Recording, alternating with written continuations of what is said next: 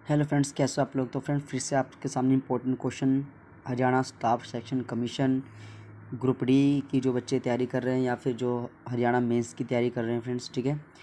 तो एक बार क्वेश्चन देख लीजिए फ्रेंड्स, सारे क्वेश्चन पेपर में आए हुए क्वेश्चन है, तो इसी क्वेश्चन को रिविज़न कराई जाएगी, ठीक है फ्रेंड्स। चलिए स्टार्ट करते हैं। आज टॉपिक जो हम कवर करेंगे महाजनपद काल, मगध का उदय और मौर्य साम्राज्य। कल हमने किया था वैदिक सभ्यता। कल फ्रेंड्स हमने जो है ये ख़त्म कर दी थी, ठीक है फ्रेंड्स। तो चलिए इसको स्टार्ट करते हैं।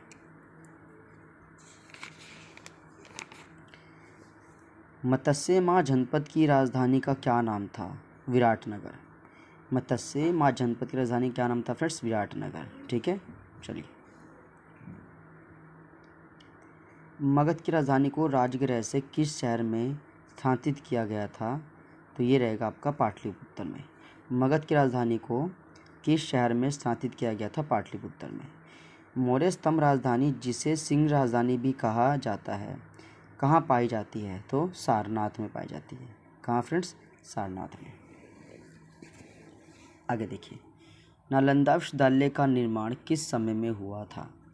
तो ये आपका हुआ था कुमारगुप्त के टाइम में हुआ था फ्रेंड्स, ठीक है। देखिए, नालंदा विश्वविद्यालय बिहार में पटना के पास लगभग 50 किलोमीटर की दूरी पर है। इसका निर्माण गुप्त काल के शासक कुमारगुप्त के समय में हुआ था। 2016 में इसे विश्व विरासत स्थल की धरोहर सूची में शामिल किया गया था। मौर्य वंश के अंतिम शासक बृहदत्त की हत्या किसके द्वारा की गई थी?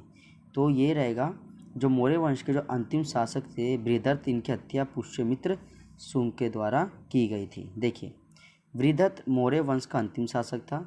उसकी हत्या उसके ही सेनापति पुष्यमित्र शुंग ने कर दी थी तथा शुंग वंश की नींव रखी। पुष्यमित्र शुंग एक कट्टर ब्राह्मणवादी था। उसने 2 अश्वमेध यज्ञों का आयोजन भी कराया था। शुंग वंश के मगध पर शासन करने से पूर्व किस राजवंश का शासन था? तो शुंग वंश से पहले पूछा फ्रेंड्स, तो रहेगा मौर्य वंश। क्या रहेगा फ्रेंड्स? मौर्य वंश। शुंग वंश के मगध पर शासन करने से पूर्व किस राजवंश का शासन था? तो मौर्य वंश का शासन था। महाजनपद काल में 16 महाजनपद में सबसे शक्तिशाली जनपद कौन सा था? तो वो रहेगा आपके पास मगध। क्या रहेगा फ्रेंड्स? महाजनपद काल में 16 महाजनपद में सबसे शक्तिशाली जो कौन था? वो था मगध। मगध के किस शासक को पितृहंता के नाम से जाना जाता है? तो ये अजातशत्रु इसका करेक्ट आंसर हो जाएगा। महाजनपद काल में पाटलिपुत्र की नींव किसने रखी? तो ये रखी अजातशत्रु ने। मौर्य वंश से पहले मगध में किस राजवंश का शासन था? तो ये था नंद वंश का। किसका था फ्रेंड्स? मौर्य वंश से पहले किसका था? नंद वंश का शासक था। सिकंदर और पोरस की सेनाओं ने किस नदी के तट पर युद्ध किया था? तो फ्रेंड्स ये रहेगा आपका झेलम नदी के तट पर किया था। 326 ईस्वी में किया था। महाजनपद काल में किस साम्राज्य द्वारा पहली बार युद्ध में हाथी का प्रयोग किया गया? तो इसका आपका आंसर होगा मगध। इसका बिल्कुल करेक्ट आंसर फ्रेंड्स, यहाँ पे इसका सी आंसर बिल्कुल ठीक हो जाएगा। नेक्स्ट पढ़ते हैं। किस शासक के पुत्र अजातशत्रु ने अपने पिता की हत्या कर राजगद्दी पर बैठने के लिए की थी? तो ये रहेगा बिंबिसार। इसका करेक्ट आंसर हो जाएगा। महाजनपद काल में किस शासक को उग्रसेन कहा जाता था? तो महापद्मानंद को उग्रसेन कहा जाता था। शिशुनाग ने अपनी दूसरी राजधानी कहाँ बनाई थी? तो ये रहेगा फ्रेंड्स आपका आंसर वैशाली में बनाई थी। वो कौन सा पहला भारतीय राजा था जिसने अपने आप को शक्तिशाली बनाने के लिए वैवाहिक गठजोड़ की शुरुआत करवाई थी? तो ये रहेगा बिंबिसार। भारतीय इतिहास में नियमित और स्थानीय श्रेणी रखने वाला पहला ज्ञात शासक कौन था फ्रेंड्स? तो वो रहेगा आपका बिंबिसार। इसका करेक्ट आंसर हो जाएगा। नेक्स्ट देखिए, बिंदुसार के समय अशोक कहाँ का राज्यपाल था? तो ये रहेगा आपका अवंती। इसका करेक्ट आंसर है। अशोक का पहला और अंतिम युद्ध कौन सा था? तो ये रहेगा कलिंग पर आक्रमण। कलिंग पर आक्रमण। अशोक का पहला और अंतिम युद्ध कौन सा था? कलिंग पर आक्रमण। चंद्रगुप्त मौर्य को राजकार्य की शिक्षा किसने दी थी? तो ये विष्णुगुप्त। इसका करेक्ट आंसर फ्रेंड्स क्या है? चंद्रगुप्त मौर्य को राजकार्य की शिक्षा किसने दी थी? विष्णुगुप्त। इसका करेक्ट आंसर हो जाएगा। देखिए, चंद्रगुप्त मौर्य साम्राज्य का प्रथम शासक था। वह 322 ईसा पूर्व मगध का शासक बना। उसे राजकार्य की शिक्षा चाणक्य विष्णुगुप्त ने दी थी। विष्णुगुप्त को कौटिल्य भी कहा जाता है। वह तक्षशिला विश्वविद्यालय के आचार्य थे। ठीक है फ्रेंड्स, चलिए भारत पर पहला आक्रमण किसने किया था? तो ये रहेगा पर्सिया पर्सिया खा हखामनी आक्रमण। भारत पर पहला आक्रमण किसने किया था? पर्सिया का हखामनी आक्रमण।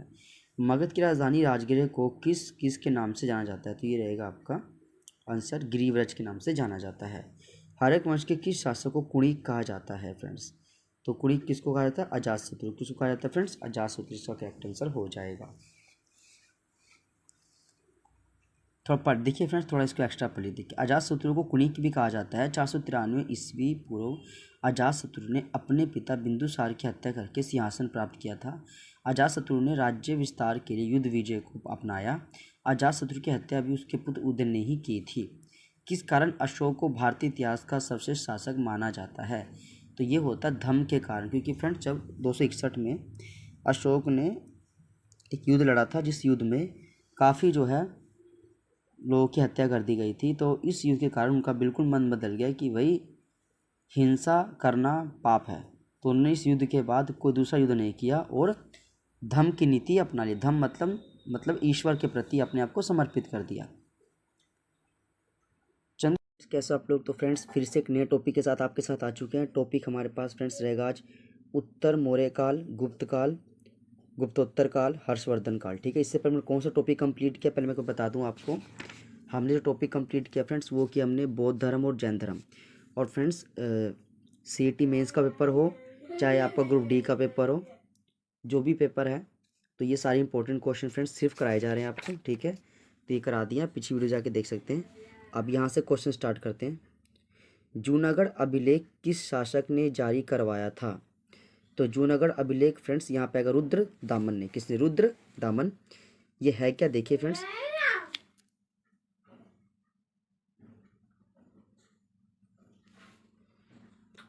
यहाँ देखिए कहता है यह शिलालेख गिरनार, फिर से रुद्र दमन नहीं रुद्र दामन है, थोड़ा सा यहाँ पे एरर है।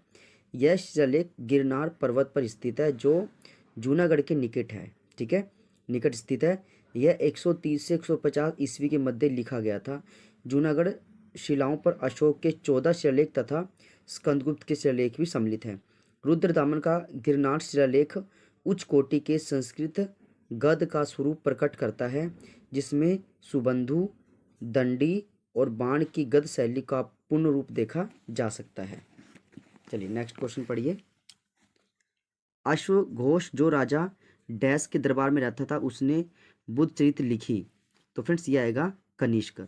अश्वघोष राजा जो कनिष्क के दरबार में रहता था उसने बुद्ध चरित्र नामक पुस्तक लिखी थी। थोड़ा इसको पढ़ लीजिए। देखिए फ्रेंड्स कहता है अश्वघोष जो राजा कनिष्क के दरबार में रहता था, कनिष्क का राज्यकाल 78 ईस्वी से 125 ईस्वी था। इसी कारण महाकवि अश्वघोष का स्थिति काल भी प्रथम शताब्दी माना जा सकता है।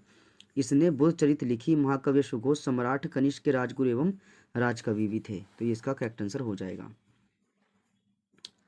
अब फ्रेंड्स यहाँ पे है आपके पास भाई सही उत्तर का चयन कीजिए।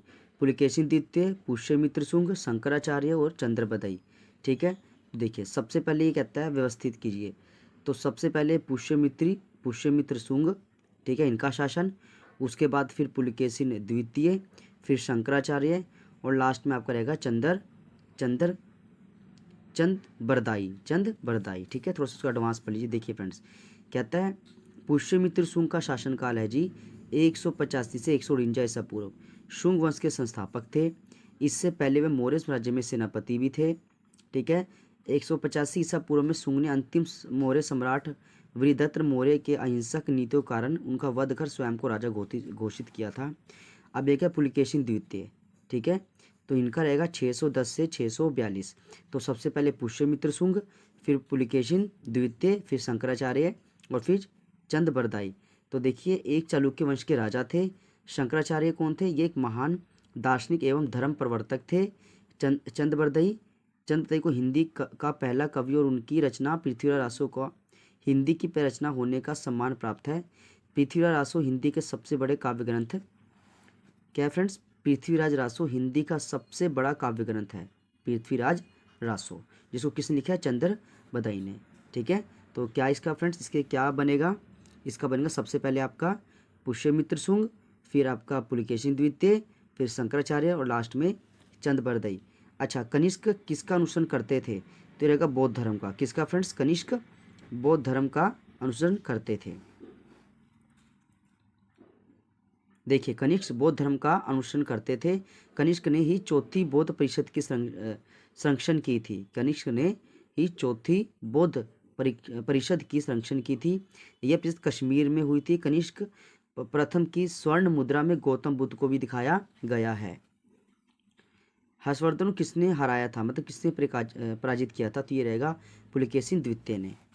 कवि बाणभट्ट ने सम्राट हर्ष का जीवन चरित्र अपने किस ग्रंथ में लिखा है? तो ये रहेगा हर्ष चरित आपका करेक्ट आंसर होगा। देखिए, बाणभट्ट ने सम्राट हर्ष का जीवन चरित्र अपने हर्षचरित ग्रंथ में किया है। बाणभट्ट 7वीं शताब्दी के लेखक और कवि थे। वे राजा हर्षवर्धन के दरबारी कवि भी थे। बाणभट्ट द्वारा लिखे 2 प्रमुख ग्रंथ हर्षचरित तथा कादम्बरी है।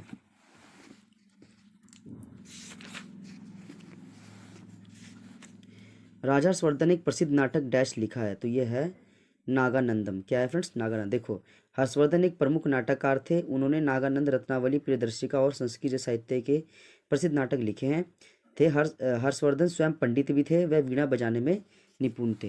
तो इसका क्या फ्रेंड्स? देखिए, राजा हर्षवर्धन एक प्रसिद्ध नाटक लिखा जिसका क्या नाम था? नागानंद। क्या था? नागानंद। हर्षवर्धन ने क्या लिखा फ्रेंड्स? नागानंद, प्रियदर्शिका और रत्नावली। हेनसांग किसके शासन के दौरान आया था? तो ये हर्षवर्धन के समय में आया था फ्रेंड्स, हेनसांग। ठीक है, तो इसको पढ़ लीजिए। देखिए, हेनसांग हर्षवर्धन शासनकाल में आया था। 634-635 ईस्वी में भारत आया था। वह भारत में लगभग 15 साल तक रहा। हेनसांग द्वारा लिखी पुस्तक सीयूकी में अपनी यात्रा में उन्होंने हर्षकालीन भारत की सामाजिक, आर्थिक, धार्मिक संस्कृति का सुंदर वर्णन भी किया है। हर्षचरित किसने लिखा? तो हर्षचरित लिखा आपका बाणभट्ट ने। ठीक है फ्रेंड्स, देखिए, हर्षचरित बाणभट्ट द्वारा लिखी गई थी। बाणभट्ट हर्षवर्धन के राजकवि भी थे। बाणभट्ट 7वीं शताब्दी के कवि और लेखक थे। इन्होंने 2 प्रमुख ग्रंथ भी हैं, हर्षचरित तथा कादम्बरी, तथा बाणभट्ट द्वारा लिखा गया। यानी हर्षचरित और कादम्बरी बाणभट्ट ने लिखा है। कादम्बरी दुनिया का पहला उपन्यास था। तो फ्रेंड्स, ये आपको याद रखना है, दुनिया का पहला उपन्यास कौन सा था? तो उसका रहेगा कादम्बरी। और हर्षवर्धन द्वारा रचित नाटक रत्नावली, प्रियदर्शिका और नागानंद इसका करेक्ट आंसर हो जाएगा। निम्नलिखित में से कौन सी राजा हर्षवर्धन की रचना नहीं है? तो फ्रेंड्स, ये रहेगा आपका कादम्बरी, इसका करेक्ट आंसर है। निम्नलिखित में से कौन सी बाणभट्ट की रचना है? तो फ्रेंड्स, बाणभट्ट की रचना इसमें कौन सा रहेगा आपका? हर्षचरित। क्या रहेगा फ्रेंड्स? हर्षचरित। ठीक है, देखिए, जो सूर सागर है फ्रेंड्स, वो किसका है? वो तो आपको फ्रेंड्स सूरदास, क्योंकि ये पेपर में भी फ्रेंड्स आ चुका है क्वेश्चन। सूर सागर किसका लिखा हुआ है फ्रेंड्स? तो ये रहेगा आपका सूरदास। देखिए, हर्षचरित बाणभट्ट द्वारा संस्कृत में रचित एक ग्रंथ है और यह राजा हर्षवर्धन का जीवन चरित्र पर आधारित एक रचना है। बाणभट्ट 7वीं शताब्दी के लेखक और कवि थे। बाणभट्ट राजा हर्षवर्धन के दरबारी कवि थे। उनके 2 प्रमुख ग्रंथ हैं, हर्षचरित तथा कादम्बरी।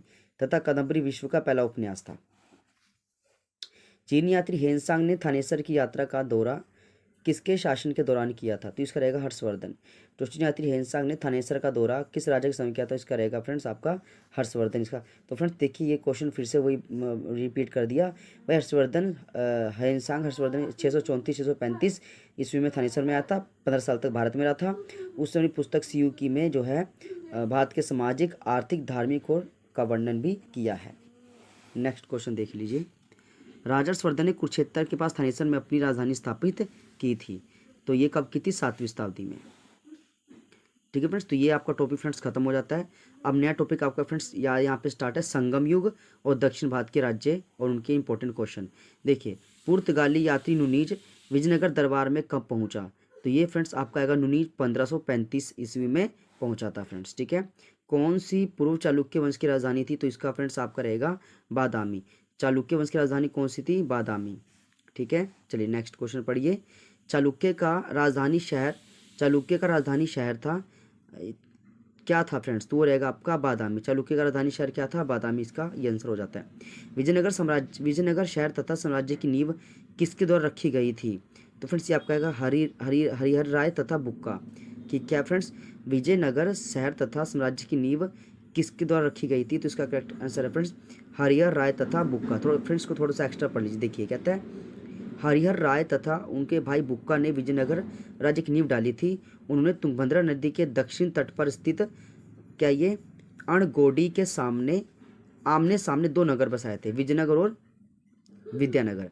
विजयनगर के सबसे महान एवं बड़े राजा कौन थे? तो वो थे कृष्णदेव राय। कौन थे फ्रेंड्स? कृष्णदेव राय। ठीक है, तो थोड़ा सा इसको एक्स्ट्रा पढ़ लीजिए क्योंकि इसमें फ्रेंड्स क्वेश्चन इसके कंटेंट कम है, तो थोड़ा सा और इसके क्वेश्चन हम देख लेते हैं। थोड़ा इसको आप थोड़ा एडवांस पढ़ लीजिए। भाई ये क्वेश्चन हमारे पास, कौन सी पूर्व चालुक्य वंश की राजधानी थी? तो उसको तो आप बादामी बताया। देखिए, कहता चालुक्य वंश की राजधानी बादामी थी। चालुक्य वंश की स्थापना पुलकेशिन फर्स्ट ने की थी, 543 में की थी।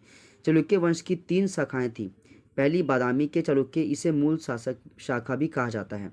दूसरी वेंगी के चालुक्य, इसमें पूर्वी शाखा भी कहा जाता है। और तीसरी थी कल्याणी के चालुक्य, इसे पश्चिमी शाखा भी कहा जाता है फ्रेंड्स। ठीक है, तो याद रहे चालुक्य वंश राजधानी, चालुक्य वंश राजधानी बादामी थी और चालुक्य वंश की स्थापना पुलकेशिन प्रथम ने की थी। कब की थी? 543 में की थी फ्रेंड्स। चलिए थोड़ा इसको पढ़ देखिए। चालुक्य प्राचीन भारत का एक प्रसिद्ध राजवंश था। इनकी राजधानी बादामी थी। इसकी स्थापना पुलकेशिन एक ने 543 में की थी। यह वर्तमान समय के संपूर्ण कर्नाटक, पश्चिम महाराष्ट्र, दक्षिण मध्य प्रदेश, तटीय दक्षिण गुजरात और पश्चिम आंध्र प्रदेश में फैला हुआ था। तो फ्रेंड्स ये इसका करेक्ट आंसर हो जाता है। फ्रेंड्स आगे जो फ्रेंड्स हम करेंगे वो करेंगे मध्यकाल भारत। क्या करेंगे फ्रेंड्स? मध्यकाल भारत। और फ्रेंड्स जो भी आपको क्वेश्चन कराए जा रहे हैं याद रहे, ये सारे के सारे क्वेश्चन फ्रेंड्स पेपर में बार बार HSC द्वारा पूछे गए हैं। तो फ्रेंड इससे बाहर इंपॉर्टेंट क्वेश्चन आपको नहीं मिल सकता। तो इसी को आप फ्रेंड्स बाकायदा कि आप एक्स्ट्रा पढ़ते हो, आप जो आपने पढ़ा उसको ही कई बार पढ़ो, ठीक है ना, तभी जाके सिलेक्शन हो पाएगा फ्रेंड्स। हेलो फ्रेंड्स, कैसे हो आप लोग? तो फ्रेंड्स कुछ दिनों बाद फिर से आ गए, काफ़ी दिनों बाद आए फ्रेंड्स। तो आप इम्पोर्टेंट क्वेश्चन देख लेते हैं कौन सा सॉल्व करेंगे फ्रेंड्स। अभी हम करेंगे इम्पोर्टेंट, वो करेंगे बौद्ध और जैन धर्म के जो इम्पोर्टेंट क्वेश्चन है। ठीक है, Haryana staff selection commission group D. ठीक है फ्रेंड्स, जितने भी क्वेश्चन पिछले साल आ रखे हैं तो वही क्वेश्चन फ्रेंड्स आपको कराए जा रहे हैं। और आपको पता है फ्रेंड्स कि HSC के अंदर प्रीवियस ईयर क्वेश्चन काफ़ी पूछे जाते हैं। चलो स्टार्ट करते हैं। निम्न में से क्या बौद्ध धर्म के 3 रत्नों का हिस्सा नहीं है? तो अहिंसा नहीं है फ्रेंड्स। ठीक है ना, बुद्ध संघ और धम्म तो है, लेकिन अहिंसा नहीं है। ठीक है, देखिए अहिंसा जैन धर्म के सिद्धांत में से एक है। जैन धर्म का है। बौद्ध धर्म के 3 रत्न बुद्ध, धम्म, संघ है। जैन धर्म के पंचशील सिद्धांत क्या है फ्रेंड्स? वो है अहिंसा, सत्य, अप्रिय और आचार्य और ब्रह्मचार्य। अंतिम सिद्धांत जो महावीर द्वारा लाया गया था, बौद्ध धर्म की स्थापना सिद्धार्थ ने की थी।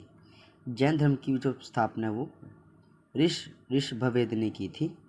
ठीक है फ्रेंड्स, और ब्रह्मचार्य जो है वो किन्होंने इसको अपनाया था? तो वो थे महावीर स्वामी जी ने जो है ब्रह्मचार्य को भी जोड़ा था। कौन से राज्य को बौद्ध धर्म का उद्गम कहते हैं? तो इसका है बिहार। बौद्ध धर्म का उद्गम किसको? बिहार को कहा जाता है फ्रेंड्स। ठीक है, थोड़ा पढ़ लीजिए देखिए। बौद्ध धर्म का उद्गम भारत के प्राचीन शहर में मगध जो बिहार में है हुआ था। महात्मा बुद्ध को बोध गया नामक स्थान पर ज्ञान की प्राप्ति हुई थी। उसके बाद उन्होंने बौद्ध धर्म की स्थापना की थी। किस बौद्ध साहित्य में हरियाणा के बारे में जानकारी मौजूद है? तो इसका है मंजिम निकाय और दिव्यावधान, इसका करेक्ट आंसर है फ्रेंड्स। बौद्ध धर्म के महायान पंथ के संबंध में लिखित में से कौन सा सत्य है? तो फ्रेंड इसका आपके पास है, ये वृत्तर वाहन को संदर्भित करते हैं फ्रेंड्स। है बौद्ध धर्म के महायान पंथ के बारे में कौन सा सत्य है?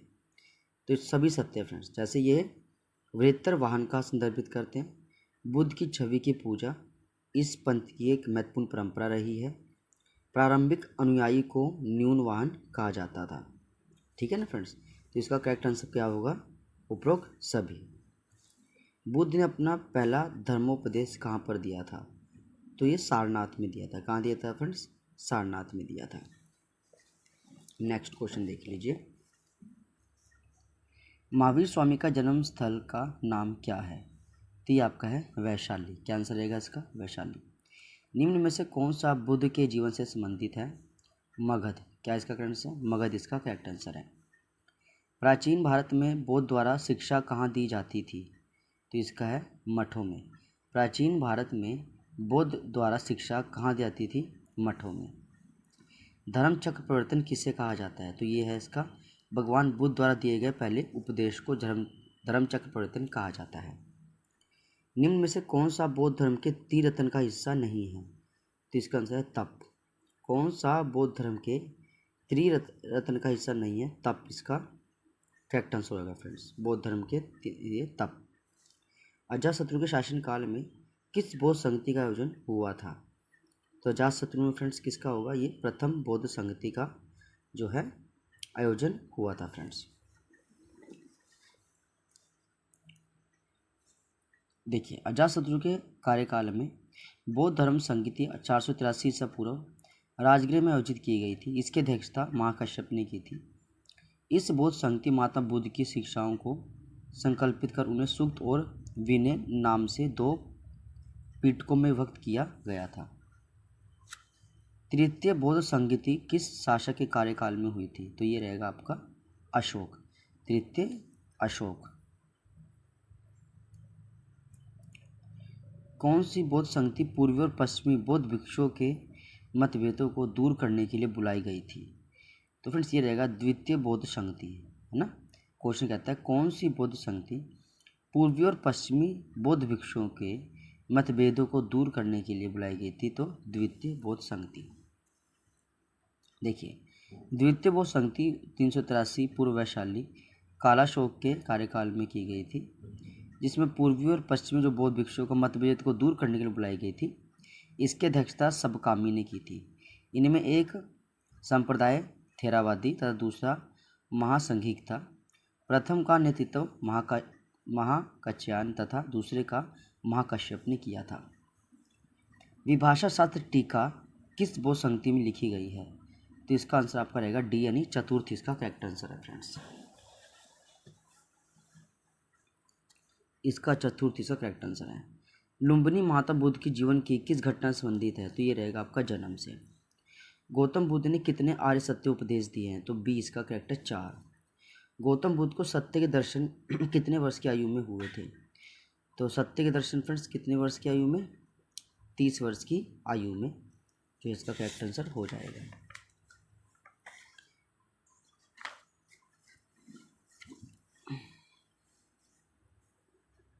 महात्मा बुद्ध ने अपना प्राण, ये इसका आंसर देख लीजिए फ्रेंड्स। महात्मा बुद्ध को सत्य के दर्शन कितने वर्ष में? तो इसका आंसर 35 है फ्रेंड्स। ये आएगा 35 वर्ष की उम्र में जो है इसका गौतम बुद्ध को सत्य के दर्शन की प्राप्ति हुई थी। ठीक है फ्रेंड्स, आगे देखिए। और 42 वर्ष की उम्र में महावीर जी को जो है ज्ञान की प्राप्ति हुई थी। महात्मा बुद्ध ने अपने प्राण कहाँ पर त्यागे थे? तो ये रहेगा आपका कुशीनगर में। देखिए, महात्मा बुद्ध 80 वर्ष की अवस्था में कुशीनगर में देवरिया जिला उत्तर प्रदेश में 483 ईस्वी पूर्व में निर्माण को प्राप्त हुए। इन्हें महापरिनिर्वाण कहते हैं।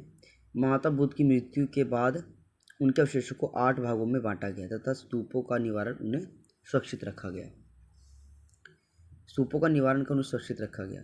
बुद्ध ने उपदेश देने में किस भाषा का प्रयोग किया था? तो यह आपका रहेगा पाली भाषा। बुद्ध ने सर्वाधिक उपदेश पाली भाषा में दिए थे। बुद्ध ने प्रथम उपदेश सारनाथ में अपने 5 ब्राह्मण शिष्यों को दिया था, जिसे धर्मचक्र परिवर्तन कहा था फ्रेंड्स। निम्न में से किस शासक ने बौद्ध धर्म को अपनाया था? तो इसका करेक्ट आंसर अशोक ने। निम्न में से किस शासक ने बौद्ध धर्म को अपनाया? तो इसका अशोक बिल्कुल सही जवाब है। कनिष्क के शासनकाल में अध्यक्षता में किस बौद्ध संगति का आयोजन किया गया था? तो इसका रहेगा चतुर्थ इसका करेक्ट आंसर है फ्रेंड्स। बौद्ध धर्म में घोड़ा महात्मा बुद्ध के जीवन की किस घटना से संबंधित है? तो इसका गृह त्याग इसका करेक्ट आंसर है। निम्न में से कौन सा महात्मा बुद्ध के समकालीन थे? तो फ्रेंड्स अजातशत्रु जो है महात्मा बुद्ध के समकालीन थे।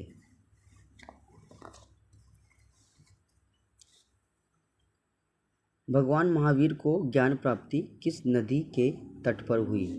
तो ये थी ऋजुपालिका नदी के तट पर। महात्मा महावीर को ज्ञान की प्राप्ति की हुई थी ऋजुपालिका नदी के तट पर हुई थी फ्रेंड्स। जैन धर्म का विभाजन कब हुआ था? तो फ्रेंड जैन धर्म का विभाजन कब हुआ था? तो 380 ईसा पूर्व में जो जैन धर्म है 2 भागों बट गया था फ्रेंड्स। ठीक है, चलिए। भगवान महावीर का विवाह किसके साथ हुआ था? तो ये आपका रहेगा यशोदा। क्या रहेगा फ्रेंड्स? यशोदा के साथ विवाह हुआ था। निम्नलिखित में से किनका संबंध जैन धर्म से नहीं है, तो इसका रहेगा तथागत। निम्न में से किनका संबंध जैन धर्म से नहीं, तथागत इसका करेक्ट आंसर हो जाएगा। कुंडग्राम नामक स्थान का महावीर स्वामी से क्या संबंध है, तो ये आपके पास है, यह उनका जन्म स्थान है। क्या है? जन्म स्थान है फ्रेंड्स। कुंडग्राम नामक स्थान का भगवान महावीर से क्या संबंध था, तो यह उनका जन्म स्थान था। कुंडग्राम क्या था? महावीर स्वामी जी का जन्म स्थान था।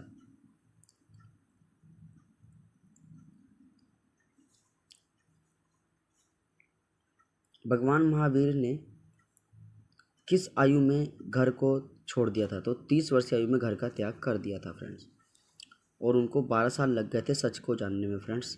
तो 300 प्लस 12 42 साल की उम्र में जो है इनको ज्ञान की प्राप्ति हुई थी। जैन धर्म के 23वें तीर्थकर कौन थे, तो फ्रेंड्स या तो पता ही है, पार्श्वनाथ जी 23वें तीर्थकर थे।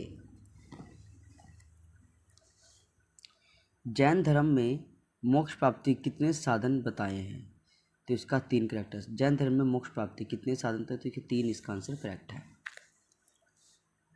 अब फ्रेंड्स ये क्या था? सम्यक दर्शन, सम्यक ज्ञान और सम्यक चरित्र।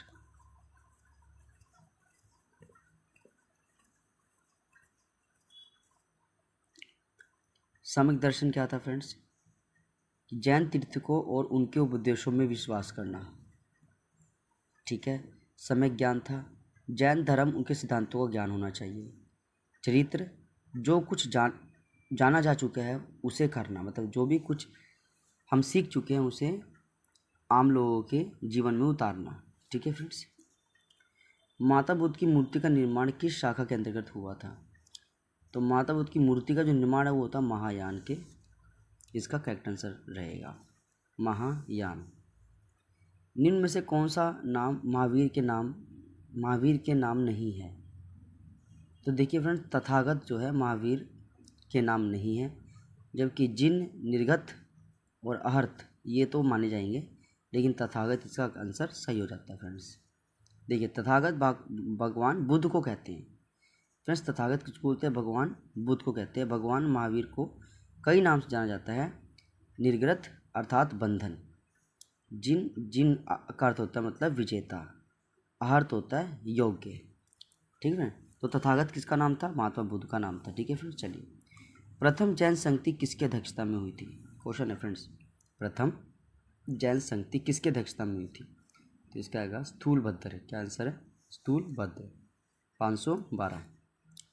देखिए फ्रेंड्स, प्रथम जैन संगति 380 ईसा पूर्व स्थूलभद्र की अध्यक्षता में पाटलिपुत्र में हुई। प्रथम जैन संगति चंद्रगुप्त मौर्य के शासनकाल में हुई थी। इस समय में जैन धर्म तथा सम्मुति विजय के 12 अंगों का संपादन किया गया। इसी सभा में जैन धर्म श्वेतांबर दिगंबर 2 भागों में बट गया। जैन धर्म के साहित्य क्या कहलाते हैं, तो इसका आंसर होगा आगम कहलाते। क्या कहलाते हैं? आगम कहलाते हैं। जैन धर्म के प्रमुख केंद्र कौन से थे, तो मथुरा और उज्जैन इसका करेक्ट आंसर है। क्या फ्रेंड्स? मथुरा और उज्जैन इसका करेक्ट आंसर हो जाएगा। चलिए नेक्स्ट पढ़िए। अश्वघोष जो राजा डैश के दरबार में रहता था उसने बुद्ध चरित्र लिखी, ठीक है ना फ्रेंड्स। तो देखिए अश्वघोष जो राजा कनिष्क के दरबार में रहता था, कनिष्क का राज्यकाल जो है 78 से 125 ईस्वी था। इसी कारण महाकवि अश्वघोष का शीतकाल में प्रथम शताब्दी माना जा सकता है। उसने बुद्ध चरित्र लिखी। महाकवि अश्वघोष सम्राट कनिष्क के राजगुरु एवं राजकवि थे। तो क्या था फ्रेंड्स इसमें कि भाई बुद्ध चरित्र लिखी, किसने लिखी? अश्वघोष ने लिखी फ्रेंड्स, ठीक है ना। और महाकवि अश्वघोष सम्राट कनिष्क के राजगुरु राजकवि भी थे फ्रेंड्स। कौन थे राजकवि? अश्वघोष। किस राजा के? कनिष्क के। चलिए नेक्स्ट क्वेश्चन थोड़ा पढ़ लीजिए अब उसको। एक मिनट फ्रेंड्स, जैन धर्म, बस ये कुछ क्वेश्चन रह गए थे, एक बार इसको भी आप देख ही लेते। ये रह गए थे फ्रेंड्स, महात्मा बुद्ध की मूर्ति का निर्माण किस शाखा, ये तो महायान इसका बता दिया फ्रेंड्स। इनमें से कौन सा नाम महावीर के नाम नहीं, ये भी बता दिया। प्रथम जैन संगति की अध्यक्षता, ये रह गया था। प्रथम जैन संगति की अध्यक्षता हुई, तो इसका आएगा स्थूलभद्र, इसका करेक्ट आंसर है फ्रेंड्स। जैन धर्म के साहित्य क्या कहलाते हैं? तो यह सी आगम कहलाते हैं। जैन धर्म के साहित्य आगम कहलाते हैं फ्रेंड्स। जैन धर्म के प्रमुख केंद्र कौन से थे? तो ये थे मथुरा और उज्जैन, इसका करेक्ट आंसर हो जाएगा।